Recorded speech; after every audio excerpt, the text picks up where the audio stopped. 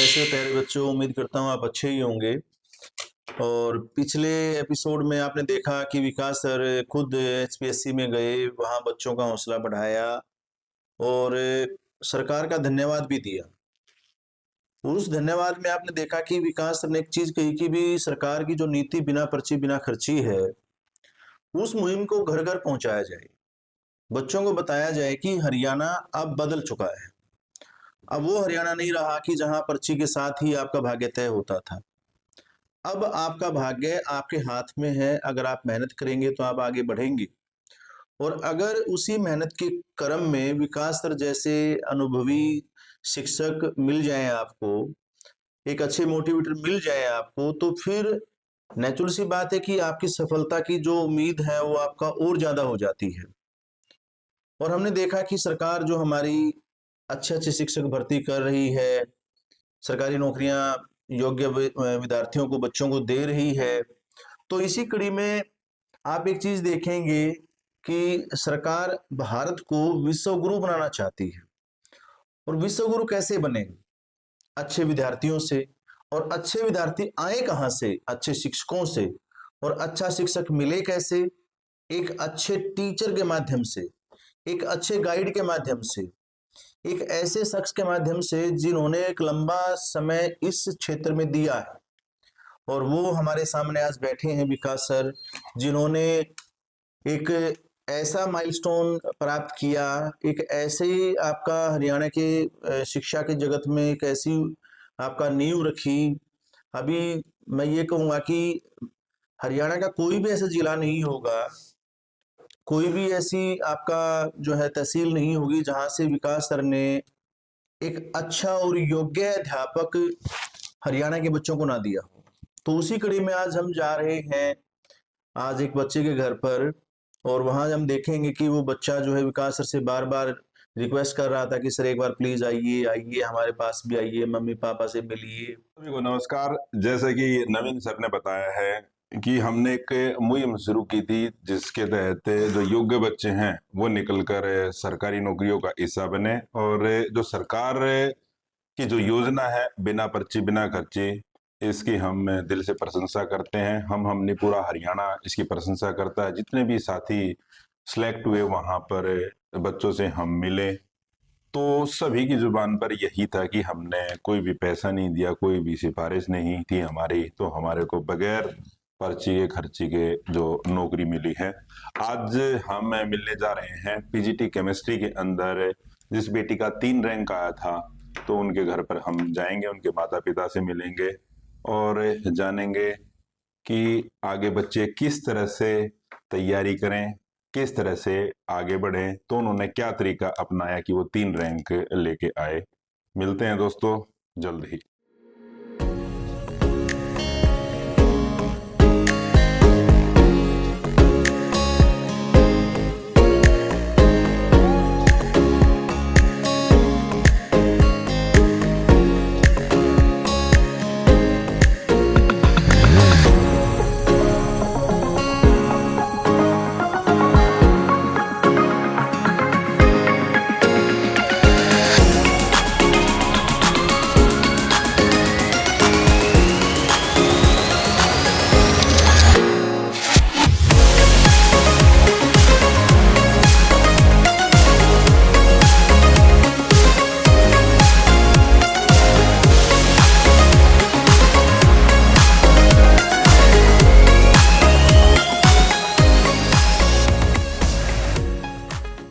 दोस्तों आज आ चुके हैं हम, हमारी बेटी अंजलि, जिनका पीजीटी केमिस्ट्री के अंदर सिलेक्शन हुआ था, 3 रैंक आया था उनका। तो बेटा आपको बहुत बहुत मुबारक। और आज हम जानेंगे कि इन्होंने कैसे तैयारी की, कहाँ से इनकी एजुकेशन रही और ये जो पीजीटी के अंदर जो सिलेक्शन हुआ इनके लिए इन्होंने क्या स्पेशल किया था।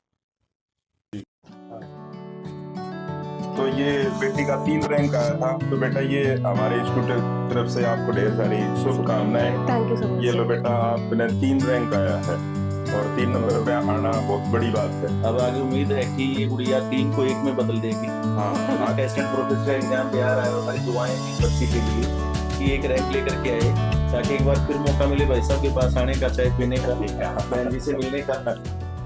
Thank you so much. तो बेटा बताइए, जैसे आपका पीजीटी में सिलेक्शन हुआ, जी तो सर। ये आपका सफर कैसा रहा, कहाँ से आपकी एजुकेशन रही, तो क्या आपने सोचा था कि 3 रैंक आ जाएगा? सर मतलब स्टार्टिंग तो यहीं सोनीपत से लिटिल एंजल से ही पढ़ाई करी थी। तो लिटिल एंजल शिफ्ट किया आपने, जी सर। उसके तो बाद? फिर सर 12th में उसके बाद 95% आए थे, तो डीयू में एडमिशन हुआ रामजस में, नॉर्थ कैंपस में। फिर ओके। सर वहाँ पे जाके पता चला कि कुछ सीनियर्स थे, वो आईआईटी के लिए प्रिपेयर कर रहे थे।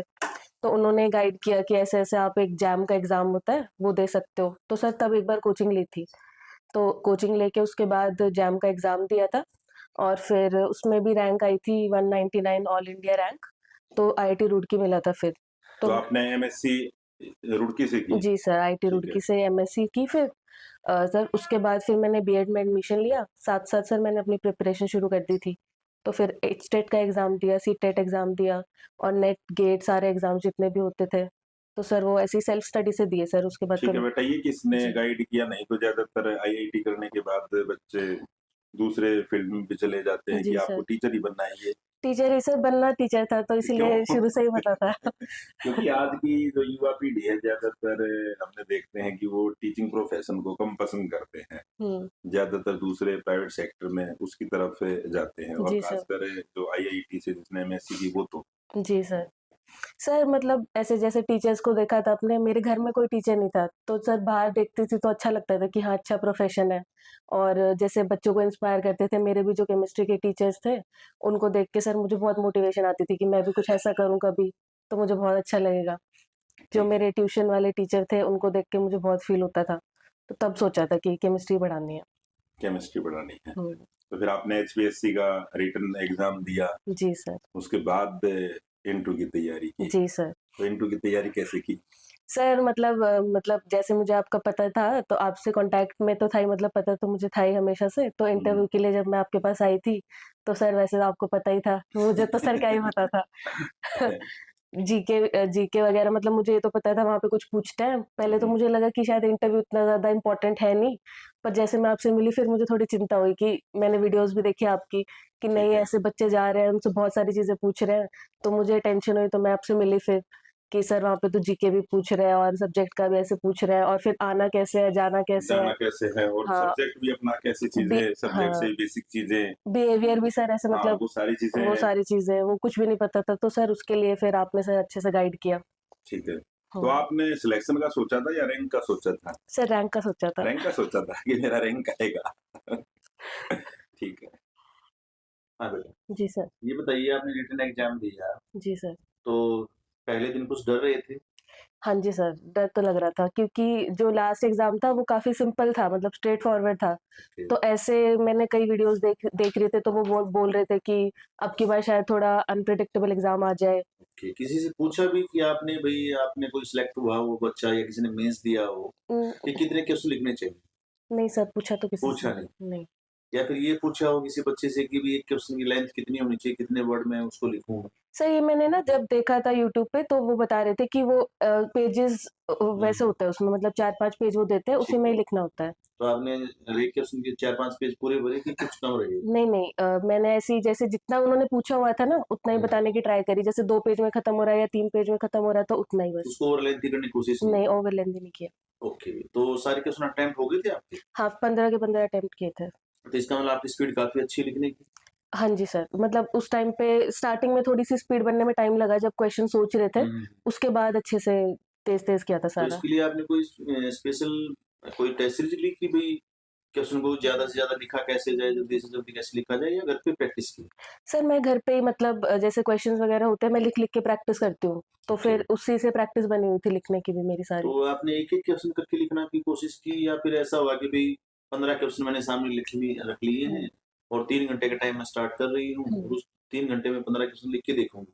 कभी ऐसा भी किया या सिंगल-सिंगल क्वेश्चन लिखते थे? सर मैंने मतलब हमेशा से मैंने यही किया है, जो भी मैं पेपर देखती हूँ, तो जो मुझे सबसे अच्छे से आता होता है सबसे पहले, मुझे ऐसे लगता है उससे कॉन्फिडेंस बिल्ड हो जाता है। 4-5 क्वेश्चन मैंने वही उठाए, पहले मैंने वो अच्छे से लिखे कि जो आता है वो अच्छे से करना है। उसके बाद फिर मैंने धीरे-धीरे ये देखा कि कौन से क्वेश्चंस में और अटेम्प्ट हो सकता है, तो फिर वो वाले किए। फिर ऐसा था जैसे 5-5 मार्क वाले उनमें बाइफरकेशंस थी, तो जो मुझे लग रहा था कि ये 5 जो बिल्कुल ही नहीं आता था उस पे क्रॉस लगा दिए 2 क्वेश्चंस पे, क्योंकि 18 में से 15 करने थे। तो बस लास्ट तक आते-आते फिर 2 ही क्वेश्चंस में चॉइस बची थी, ओके, तो फिर वो किया। ओके। तो आपने ये भी देखा होगा कि भाई जब आप क्वेश्चन लिख रहे हो, हुँ, पहले क्वेश्चन में क्या कई बार ऐसा होता है कि हम बहुत अच्छा लिख देते हैं हुँ।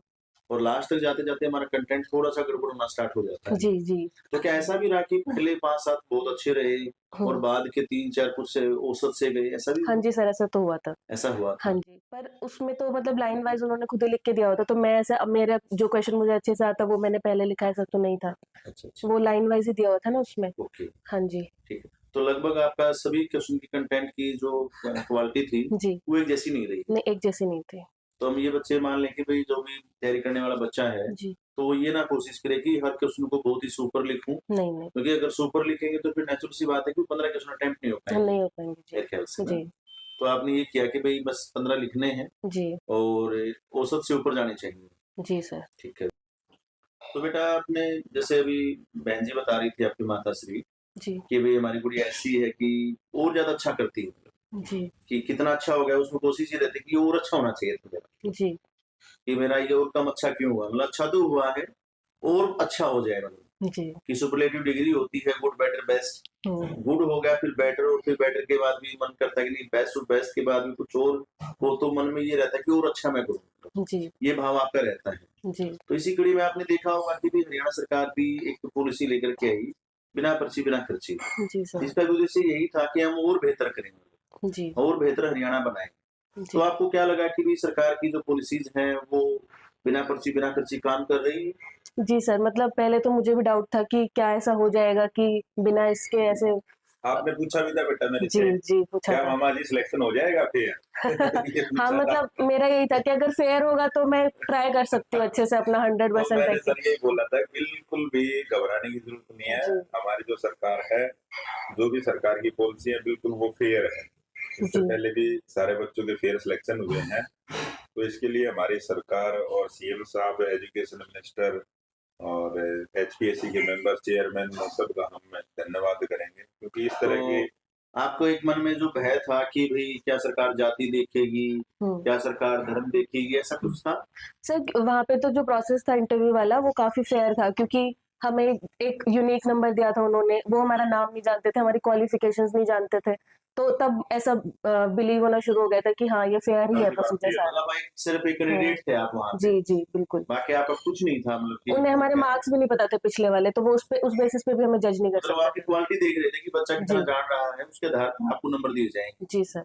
मतलब हरियाणा के लिए एक आपका जो मिशन है गवर्नमेंट का कि बिना पर्ची बिना खर्ची और हरियाणा को जो है शिक्षा के क्षेत्र में अग्रणी बनाना, जी, तो मतलब वो उस चीज़ का ध्यान था उनको। जी सर।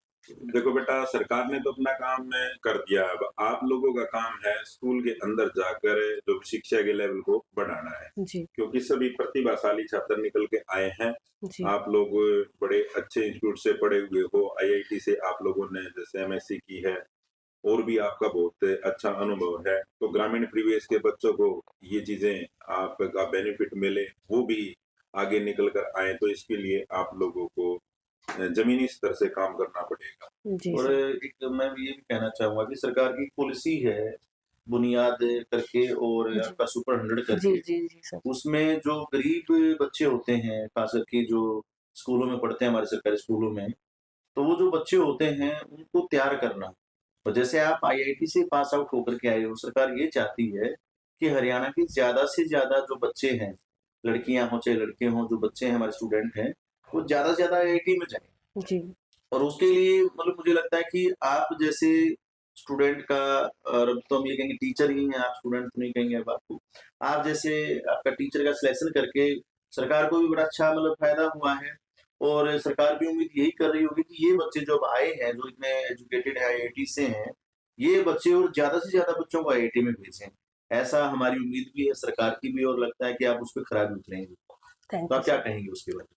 सर मतलब हमें जैसे कि अब आईआईटी बैकग्राउंड है तो हमें उस चीज़ की नॉलेज है, तो सर ज़रूर हम उसको एक आगे प्रमोट करने की कोशिश करेंगे कि अगर सुपर 100 में भी अगर मुझे चांस मिलता है, तो मैं सर वहाँ पे कंट्रीब्यूशन देना चाहूँगी इस चीज़ में।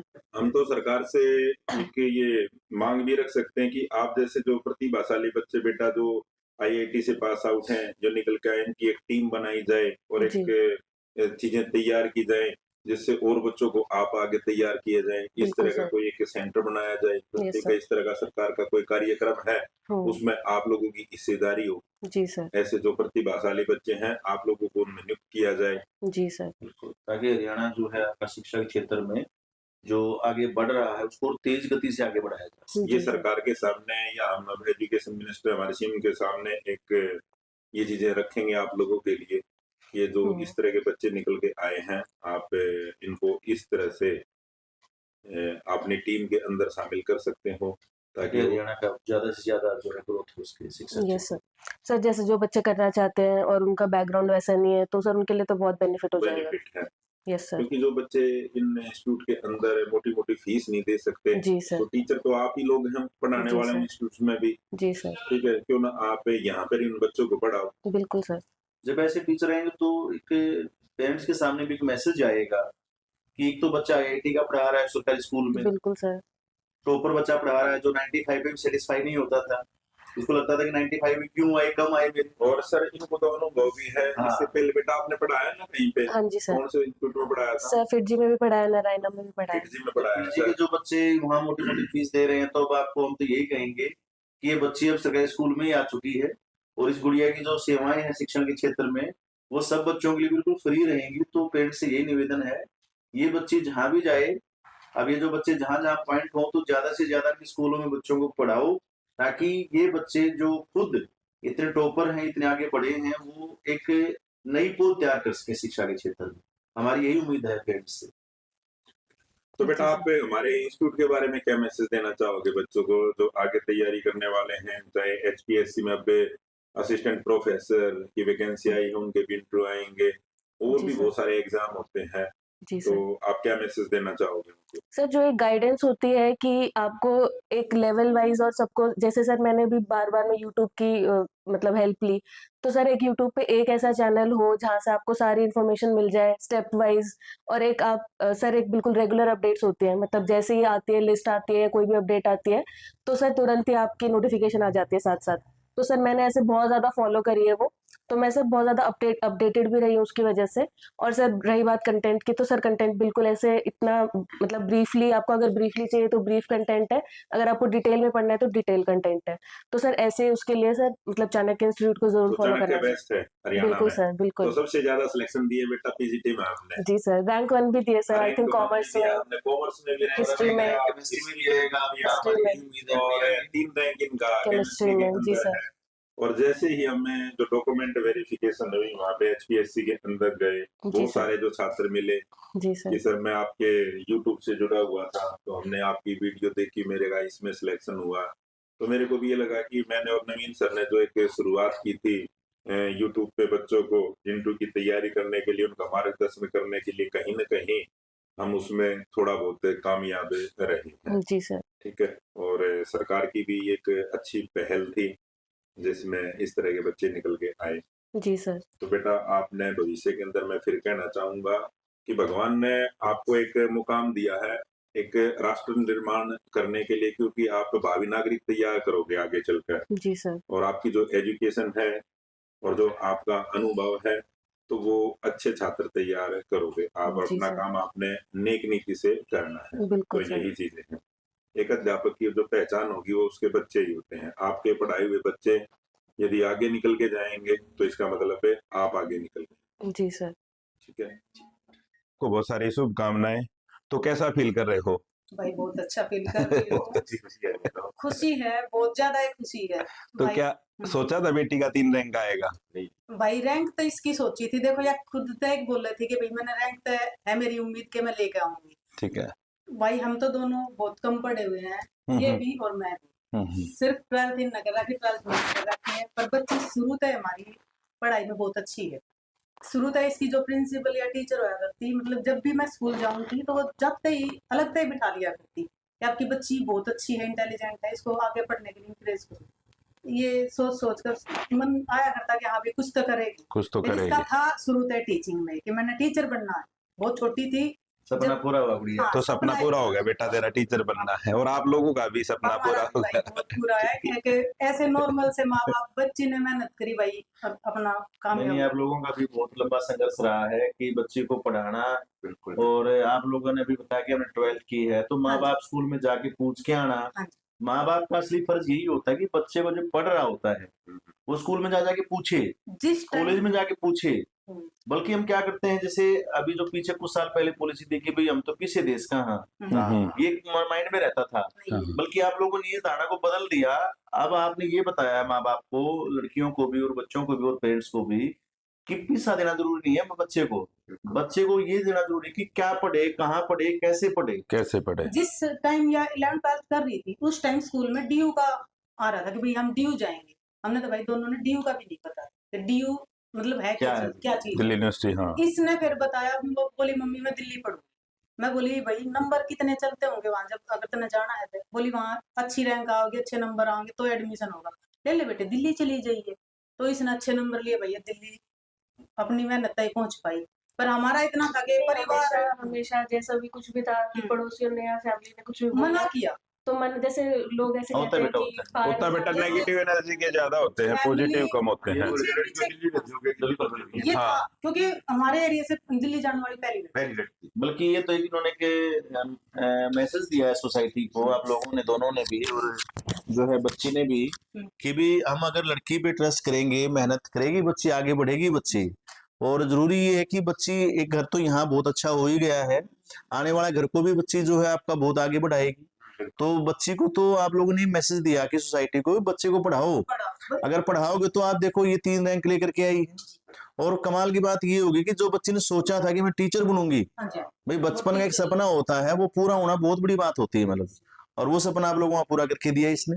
और ये पूछती थी मामा जी कोई सिफारिश तो नहीं चलेगी। मैं बेटा कोई मैं कहा बेटा कोई सिफारिश नहीं चलेगी। मैं मेहनत कर रही हूँ कि मेहनत तो पीछे रह के और सिफारिश नहीं माँ बेटा सिफारिश कोई नहीं चलेगी। भाई इतनी मेहनत आप लोगों ने की है, वो परिणाम आपको मिला मतलब पूरा बिल्कुल, कि एक पेरेंट्स +2 पढ़ करके और उसके बाद उसका ये सपना कि मेरी बेटी आगे बढ़े, और ये सबका हक है। जो पेरेंट्स +2 कर रहे हैं उनकी बच्ची आई बिल्कुल बिल्कुल, बहुत बड़ी बात है उस बेटे, टाइम भी सपना है, बहुत बड़ी बात है, बहुत बड़ी बात है। और हमें तो सुन के भी बहुत अच्छा लगा कि गुड़िया IIT से पास आउट है।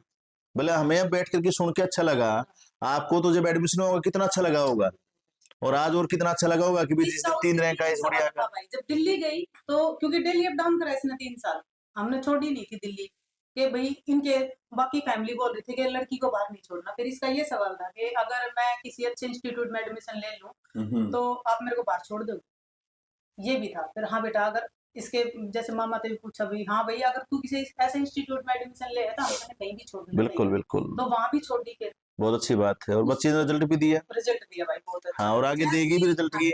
बिल्कुल आगे भी हाँ, ये तो बल्कि ऐसी लड़की की भी जो असिस्टेंट प्रोफेसर भी बनेगी, आगे बढ़ेगी, एसोसिएट बनेगी, प्रोफेसर बनेगी गुड़िया हमारी, बड़ी अच्छी बात है। हाँ बेटा बिल्कुल कोई नहीं बिल्कुल। बेटा आप ऐसे ही आगे बढ़ते नहीं रहो। भाई, जैसे जैसे भाई ने बताया था इन विकास भाई के बारे में, तो उस दिन ये बहुत घबरा रही थी क्योंकि इसने ना तो इंटरव्यू के बारे में कुछ भी पता। अच्छा अच्छा, और ये पेपर तो पहले भी दिए थे, इंटरव्यू एक देना दिन दिया। रात में बिल्कुल, बिल्कुल। सपन का फोन आया, भाई वो भाणजी परेशान हो रही है। वो है अपने मैं मामा कहा ही भाई जैसे। अच्छा अच्छा, बिल्कुल मामा ही जैसे। मेरे पास फोन कर लेगी, पहले वो ये उनके पास फोन करती, वो मेरे पास फोन करता। पर ये सीधा उसने कही बेटा वो मामा है, तुमने परेशान करी तुझे। बिल्कुल बिल्कुल बिल्कुल बिल्कुल। भाई न करिए परेशान करे यार। नहीं नहीं कोई बेबे नहीं। परेशान नहीं, बल्कि हमें तो बड़ा अच्छा लगा कि एक तो हमारी, कोई भी हो ना, मेरे पास कोई पूछने के लिए आता। अब जैसे आज एक लड़की का फोन आया था कि सर मैं UPSC की तैयारी कर रहा हूँ और मैं कंफ्यूज हूँ, मेरे को टीचिंग की भी करनी है। मैं कई दिन से देख रहा था, कोई मेरे को नहीं बता रहा। तो जींद का लड़का था, मैं कोई नहीं भैया आप कभी भी फोन कीजिए, आप जो हमारे को पता है, जो अनुभव है तो किसी के काम आ जाए, ठीक है। तो मेरी तो या हमारी नवीन सर की कभी भी ऐसा हो सकता कि जो भी बच्चा जिस टाइम पे फोन करता तभी बता। हमने तो इतना पता है बेटा कहाँ जाना है, साथ चली जाऊँ, हर जगह चली जाऊँ, अगर साथ लेकर जाए ऐसी जगह। आज का दौर ये जैसे यूट्यूब होगा ना, ये बेनिफिट की बजाय मिसगाइड बहुत करते हैं, लोगों का अधूरा ज्ञान है। चलो आपको जिस चीज के बारे में नहीं पता तो उसके बारे में आप प्लेटफॉर्म पे आके बताओ, तो मत उल्टा सीधा गलत। उससे माँ बाप के सपने जुड़े होते हैं। जैसे आपने कितनी मेहनत की है, इतनी मेहनत करने के बाद अगर आपको अधूरा ज्ञान मिले कोई गलत प्लेटफॉर्म मिल जाए तो माँ बाप के सपनों का क्या होगा, बस उस हम- बच्चे के सपनों का क्या मैं होगा। भाई तो यही बात बता रही थी कि टाइम पे उस दिन विकास भाई के बारे में पता होना, फिर टाइम पे हमारा जाना, तो मैं तो फिर बेफिक्र होगी ना कि जाके भाई के बारे में पता चले, ये बोले बेटा तू ऐसे ऐसे करती जा। मैंने ये- इसको एक दिन, उस दिन फिर थोड़ा मैं गुस्सा भी हुआ था, मैं कहा तेरे फोन पे मैंने तेरे को बता दी, ये फिर सेंटर आई थी पूछने के लिए आई थी ना। आई थी। ठीक है। आते जाते आने का मन करता रहता है, ऐसे ही। अभी कह रही थी भाई उस दिन रिजल्ट आया, बोली मैं चलूं मामा के पास। ना आ जाने पे टाएंगे, आप लोगों को बुलाएंगे हम, ठीक है। ठीक नहीं, है। जैसे रिजल्ट भी आते गए तो मेरा तो इंटरव्यू काफी बाद में था, हाँ, फरवरी में था, रिजल्ट आते थे तब मुझे बहुत मोटिवेशन आई कि बहुत अच्छे रिजल्ट आ रहे हैं, इसका मतलब मेरा भी अच्छा आएगा। रिजल्ट तो मैंने बताया था आप लोगों के बैच में से, मैं कहता था कि मैं रैंक के कॉमर्स में भी आ गया, एक रैंक के हिस्ट्री में भी आप लोग कौन लेके आएगा। हाँ जी, बोला था आपने। 6 रैंक भी अपना ही था केमिस्ट्री के अंदर, 8 भी अपना है, 14 भी अपना है, 18 भी अपना है। तो और इसी तरह हिस्ट्री के अंदर भी 1 रैंक था, 6 रैंक था। 6 रैंक था, 7 रैंक था, 13, 14, और कॉमर्स के अंदर भी तो रैंक अच्छे लेके आए बच्चे। और फिर देख के बहुत और- मोटिवेटेड फील हुआ था। और बच्चों की बहुत सारे ये कंप्लेंट भी है, सर आप आए नहीं, हमसे नहीं मिले, हमारा ये इंटरव्यू उद्देश्य लिया। भी इसी चीज का है विकास सर का जाने का कि भाई मतलब बच्चों से मिलें। एक तो जैसे पेरेंट्स आपको देख करके मोटिवेट होंगे, भाई यह लड़की गई, इन पेरेंट्स ने भेजी, उस time तो पे- दूसरे बच्चे भी उस अपनी time मतलब पे पेरेंट्स हमने लड़कियों को ये भेजेंगे बात मतलब। की, क्योंकि फैमिली ने इतना वो डाला है, खुद की इनकी आस पड़ोस में जितने होता है बहन जी, इनके जब कोई पास आगे जाओ बढ़ता है ना, पड़ोसी हमारे इतने आए हैं, मतलब लड़की ने तुम बाहर भेजो। कोई हम जब आगे बढ़ते हैं ना, पैर ये खींचने बहुत वाले बढ़िया है। सारा होते हैं। नहीं, इससे तो प्रेरणा मिलेगी मतलब, हाँ, ठीक है। इससे तो प्रेरणा और मिलेगी कि आपने जो इतना बड़ा स्टेप लिया ना बहन जी, इस लड़की को बाहर भेजा। देखो मेन चीज क्या, मान लो यही नहीं रहती, क्या करती, अब IIT पढ़ करके आई, इतना कॉन्फिडेंस इसके पास है, किसी की सुनकर मैंने रख लेते, बिल्कुल तो मैं क्या करती, आज वो खुशी मिलती, किसी स्कूल में प्राइवेट किसी पढ़ा छोटे-मोटे प्राइवेट स्कूल में पढ़ा लेते। इतना कॉन्फिडेंस होता बच्चे में मतलब। बिल्कुल नहीं बच्चे अब भी इसने जाके जैसे IIT में था ये, तो इसने ये फिर जी का दिया ना, तो उस दिन लेवल क्लियर होते चले गए। तो भाई बच्चे जाके की भाई लेवल आओगी, मैं लेके आऊंगा, वो लेके आया वहां, फिर घरे छोड़ी थी, वहीं पढ़ाया इसने, अपना इसने खुद सीखा, खुद करा। बच्चे की ग्रोथ के पीछे बेबे माँ बाप का बहुत बड़ा योगदान होता है। और आप लोगों ने तो एक मैसेज दिया सोसाइटी को कि बच्चे पे ट्रस्ट करो, बच्चा परिणाम देगा, और आपके सामने है, मतलब सबके सामने ये गुड़िया। और ये एक बच्चों के लिए भी मैसेज है कि भाई माँ बाप आप पर यकीन करते हैं, आपको कहीं जाने के लिए आजादी देते हैं, तो उनके विश्वास पर आप लोगों को भी खरा उतरना है। बिल्कुल। एक भाई एक चीज और बोलूं, जैसे कि इसने IIT के लिए कोचिंग ले ली, तो इसके मन में ये आई कि मम्मी अगर मान लो मैं कोचिंग ले रही और मेरा IIT में नहीं हुआ तो आप क्या बोलोगे। मैं बोली, मैं कहा अगर तेरा मन कर रहा है तो कोचिंग ले ली, कोचिंग जैसे 6 महीने की है, चाहे 1 साल 4 महीने 2 महीने की थी ना। बोली मम्मी अगर मेरा इसमें मन नहीं लग गया तो मैं कुछ और कर लूं। भाई मैंने कहा इसने नहीं ना थी, मतलब अगर तू जा रही है तो जा, अगर तू 8 या 9 महीने के बाद भी कह देगी ना मैंने ये चीज नहीं करनी, वापस आ जाए, दूसरी चीज में जाना, चले जाओ। ये एक मैंने इस चीज तो मना नहीं करा कि अगर तू इस चीज में गई है तो इसने पूरा कर, मेरे पैसे लग गए, मैंने कोई भी मना नहीं। ये भाई साहब और बहन जी, आप लोगों ने एक सपना, एक मैसेज दिया सोसाइटी को कि आज माँ बाप क्या करते हैं, बच्चे के ऊपर प्रेशर डाल देते, तुझे यही करना है, यही करना है। एक तो सबसे इंपॉर्टेंट चीज ये है कि जो बच्चा डिप्रेशन में जा रहा है वो माँ बाप के कारण जा रहा है। कारण क्या है, माँ बाप जो काम नहीं कर पाए, जो उम्मीदें खुद नहीं कर पाए, वो बच्चे को थोप दी, और बच्चा क्या करता है, दबाव में आकर के, जो नेचुरल है, जो कुछ बच्चा और करना चाहता है, और दबाव में आकर के या पड़ोसी को देख करके कि मेरे मामा का, ताऊ का, चाचा का लड़का ऐसा है, मेरी बहन का लड़का ऐसा है, या लड़की ऐसी है, तू भी वैसी बन, डॉक्टर बन, IIT बन, ये कर। ये दौर है, 6ठी तो- क्लास से वो लगा देते हैं उस पे स्टैम्प, तू डॉक्टर, तू इंजीनियर। तो आपने ये प्रेशर हटाने की बात भी की, बच्चे डिप्रेशन में नहीं जाएंगे अगर आप जैसे माँ बाप हो। बच्चा नेचुरल रूप से ग्रो करेगा, आपके सामने बच्ची बैठी है, नेचुरल ग्रोथ जो होता है बच्चे का, जो बच्चे का मन जहाँ है, तो अगर वो ग्रोथ करेगा तो रिजल्ट दे रहा है। हमें तो पता नहीं, तुमने अगर ये सबसे बड़ी बात है, मतलब हाँ। डिप्रेशन नहीं रहेगी बच्चे के। जो शहरीकरण में आज ये भागदौड़ हो रही है ना, तो भागदौड़ हो रही है, तो आपने इससे निकलने का एक अच्छा तरीका बताया कि हर पेरेंट्स आप जैसा हो तो बच्चे नेचुरल ग्रोथ करेंगे, और हमारा देश भी नेचुरल रूप से विकसित होगा। और जो सरकार और मोदी जी कह रहे हैं कि भाई आपका बच्चे तनाव ना ले परीक्षा के दौरान, वो तनाव भी तभी हटेगा जब आप जैसे पेरेंट्स होंगे। ठीक है बहन जी, आपको फिर शुभकामनाएं बेटी को। हमारे जाने का ठीक है बेटा। आपको भी बहुत। अब आगे भी एक इंटरव्यू आपका लेंगे असिस्टेंट प्रोफेसर का। असिस्टेंट हाँ, आपका जो है फिर प्रोफेसर में लगोगे आप, और 3 रैंक को 1 रैंक करेंगे। ठीक है। भाई कॉफी बना।